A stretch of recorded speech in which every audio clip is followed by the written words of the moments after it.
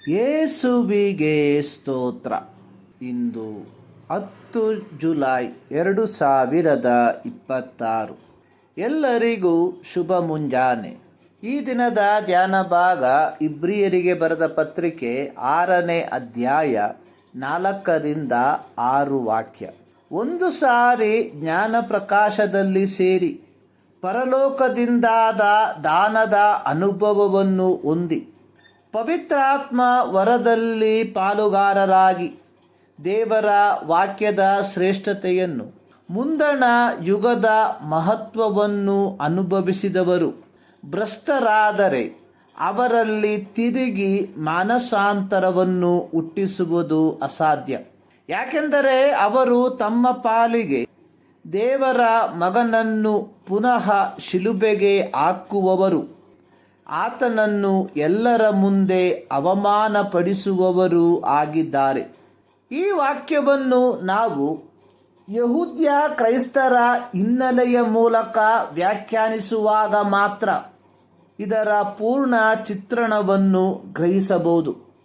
ಮೊದಲನೆಯ ಶತಮಾನದಲ್ಲಿ ಅಥವಾ ಅಪೊಸ್ತಲರ ಕಾಲಘಟ್ಟಗಳಲ್ಲಿ ಯಹೂದ್ಯನಲ್ಲದವರು ಕ್ರಿಸ್ತ ಮಾರ್ಗವನ್ನು ಅಥವಾ ಕ್ರಿಸ್ತನನ್ನು ಕಂಡುಕೊಂಡ ತರುವಾಯ ಅವರು ಮರಳಿ ತಮ್ಮ ಹಳೆಯ ಪಾರಂಪರ್ಯಕ್ಕೆ ಹಿಂತಿರುಗಿ ಹೋಗುವುದಾದರೆ ಅವನು ಸಭೆಯೊಂದಿಗಿನ ಸಂಬಂಧವನ್ನು ಕಡಿದುಕೊಳ್ಳುವವನಾಗಿದ್ದನು.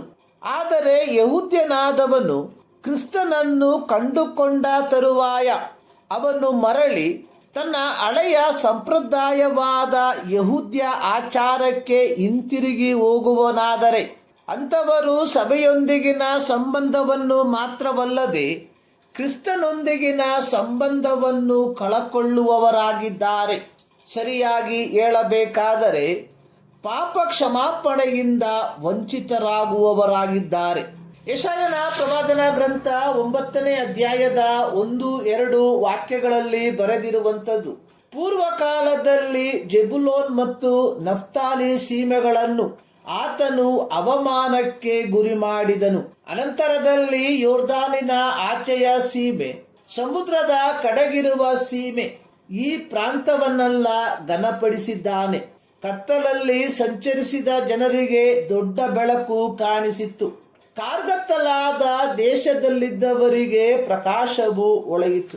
ಯೇಸು ಕ್ರಿಸ್ತನು ತನ್ನ ಐಹಿಕ ಸೇವೆಯ ಕಾಲಘಟ್ಟಗಳಲ್ಲಿ ದೀಕ್ಷಾಸ್ನಾನ ಮಾಡಿಸಿಕೊಂಡ ತರುವಾಯ 40 ದಿವಸ ಅಡವಿಯಲ್ಲಿ ಹಗಲಿರುಳು ಉಪವಾಸ ಬಿದ್ದು ಸೈತಾನನಿಂದ ಪರೀಕ್ಷಿಸಲ್ಪಟ್ಟವನಾಗಿ ಸೈತಾನನು ತಂದೊಡ್ಡಿದ್ದ ಪ್ರತಿಯೊಂದು ಪರೀಕ್ಷೆಗಳನ್ನು ದೇವರ ವಾಕ್ಯದಿಂದ ಜಯಿಸಿ ತಾನು ಬೆಳೆದು ಬಂದಿದ್ದ ನಜರೇತೆಂಬ ಊರನ್ನು ಬಿಟ್ಟು ಜೆಬುಲೋನ್, ನೆಫ್ತಲಿ ಎಂಬ ನಾಡುಗಳಿಗೆ ಬಂದು ಕಪೌರ್ನೆಂಬ ಊರಿನಲ್ಲಿ ಮನೆ ಮಾಡಿಕೊಂಡು ಇದ್ದನು. ಪರಲೋಕ ರಾಜ್ಯವು ಸಮೀಪಿಸಿತು, ದೇವರ ಕಡೆಗೆ ತಿರುಗಿಕೊಳ್ಳಿರಿ ಎಂದು ಯೇಸು ಗಲಿಲಾಯ ಸೀಮೆಯಲ್ಲಿ ಸಾರುವುದರೊಂದಿಗೆ ಯೆಶಾಯನ ಪ್ರವಾದನಾ ಗ್ರಂಥದಲ್ಲಿ ಬರೆದಿದ್ದ ಪ್ರವಾದನಾ ವಾಕ್ಯದ ಪೂರ್ತೀಕರಣವಾಯಿತು. ಆದರೆ ಯೇಸುವಿನ ಈ ಬೋಧನೆಯನ್ನು ಕೇಳಿಸಿಕೊಂಡವರಲ್ಲಿ ಎಲ್ಲರೂ ರಕ್ಷಣೆಯನ್ನು ಹೊಂದಿಕೊಳ್ಳಲಿಲ್ಲ. ಯಹೂದ್ಯರುಗಳು ಮಸೀಯನನ್ನು, ಬೆಳಕನ್ನು ಪ್ರಪ್ರಥಮವಾಗಿ ನೋಡುವ ಅವಕಾಶವನ್ನು ಪಡಕೊಂಡವರಾಗಿದ್ದರು. ಯೋಹಾನ 3:19 ಬರೆದಿರುವಂಥದ್ದು, ಬೆಳಕು ಲೋಕಕ್ಕೆ ಬಂದಿದ್ದರೂ ಮನುಷ್ಯರ ಕೃತ್ಯಗಳು ಕೆಟ್ಟವುಗಳಾಗಿರುವುದರಿಂದ ಅವರು ಬೆಳಕಿಗಿಂತ ಕತ್ತಲೆಯನ್ನೇ ಹೆಚ್ಚಾಗಿ ಪ್ರೀತಿಸಿದರು. ಯೋಹಾನ 12:37 ಬರೆದಿರುವಂಥದ್ದು, ಆತನು ಅವರ ಮುಂದೆ ಅಷ್ಟು ಸೂಚಕ ಕಾರ್ಯಗಳನ್ನು ಮಾಡಿದರು, ಅವರು ಆತನನ್ನು ನಂಬಲಿಲ್ಲ. ಯೇಸು ಸ್ವಾಮಿಯನ್ನು ಅಕ್ಷರಿಕವಾಗಿ ನೋಡುವುದರ ಮೂಲಕ, ಆತನ ಬೋಧನೆಯನ್ನು ಕೇಳುವುದರ ಮೂಲಕ, ಹಾಗೆಯೇ ಅಪೊಸ್ತಲರ ಬೋಧನೆಯನ್ನು ಕೇಳಿಸಿಕೊಳ್ಳುವುದರ ಮೂಲಕ ಅಂದಿನ ಯಹೂದ್ಯರಿಗೆ ಜ್ಞಾನೋದಯವಾಗಿತ್ತು. ಆದರೆ ಆತನನ್ನು ನೋಡಿದವರಲ್ಲಿ, ಆತನಿಂದ ಕೇಳಿಸಿಕೊಂಡವರಲ್ಲಿ ಅನೇಕರು ಆತನನ್ನು ನಂಬದೆ ಹೋದದರ ಫಲವಾಗಿ ಅವರು ಧರ್ಮಭ್ರಷ್ಟರಾದರು. ಯಹೂದ್ಯರ ಕುರಿತಾಗಿ ಪೇತ್ರನು ತನ್ನ ಪತ್ರಿಕೆಯಲ್ಲಿ ಬರೆದಿರುವಂಥದ್ದು, ಕರ್ತನು ರಕ್ಷಕನೂ ಆಗಿರುವ ಯೇಸು ಕ್ರಿಸ್ತನ ವಿಷಯವಾದ ಜ್ಞಾನ ಹೊಂದಿ ಲೋಕದ ಮಲಿನತ್ವಗಳಿಗೆ ತಪ್ಪಿಸಿಕೊಂಡವರು ತಿರುಗಿ ಅವುಗಳಲ್ಲಿ ಸಿಕ್ಕಿ ಹಾಕಿಕೊಂಡು ಸೋತು ಹೋದರೆ ಅವರ ಅಂತ್ಯಸ್ಥಿತಿಯು ಮೊದಲಿಗಿಂತ ಕೆಟ್ಟದಾಗಿದೆ. ಪಂಚಾಶತಮ ದಿನದಂದು ಪವಿತ್ರಾತ್ಮ ಭರಿತರಾದ ಅಪೊಸ್ತಲರು ನಾನಾ ಭಾಷೆಗಳ ಮೂಲಕ ದೇವರ ಮಹತ್ವಗಳ ವಿಷಯವಾಗಿ ಮಾತನಾಡಿದನ್ನು ಕೇಳಿಸಿಕೊಂಡ ಜನರ ಗುಂಪಿನಲ್ಲಿ ಕೆಲವರು ಇವರು ಮದ್ಯಪಾನ ಮಾಡಿ ಮತ್ತರಾಗಿದ್ದಾರೆಂದು ಹಾಸ್ಯ ಮಾಡಿದರು.